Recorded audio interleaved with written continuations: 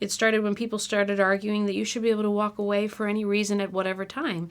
And, there's a similar parallel to abortion, because people argue you should be able to abort a child in this country at any time for whatever reason. And now they're arguing it should be done on taxpayer dime.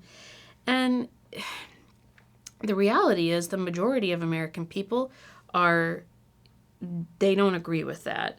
But at a certain point, you have to think about, or at a certain point, it's not about what people think about it. It's about what's right and what's wrong.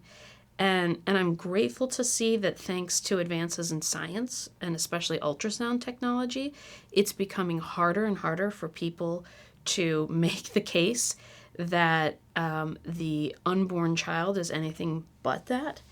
But this is a little, both marriage and abortion, I think, they are examples of sort of the hyper-individualistic culture we live in. And I think that comes from both political spectrums. It comes from unfettered liberalism on the one hand and libertarianism on the other hand. This idea that, the self is the, paragon of importance. And, but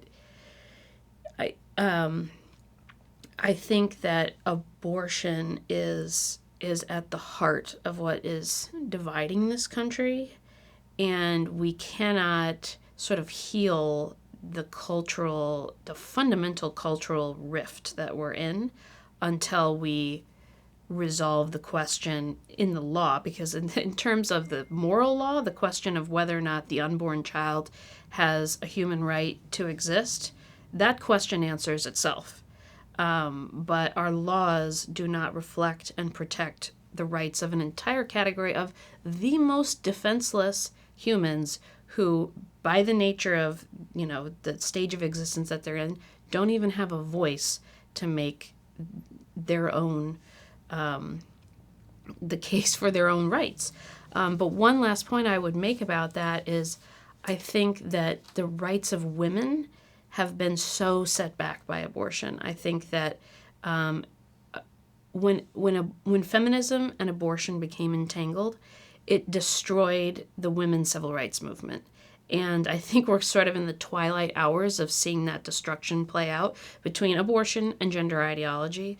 But the true rights of women are not going to move forward until we've wiped the scourge of abortion from our case, because, you can't have the rights of one group of people cannot be premised on the destruction of the rights or the eradication of the rights of another group of people.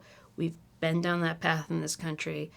We learned the extremely hard way that it's just not true.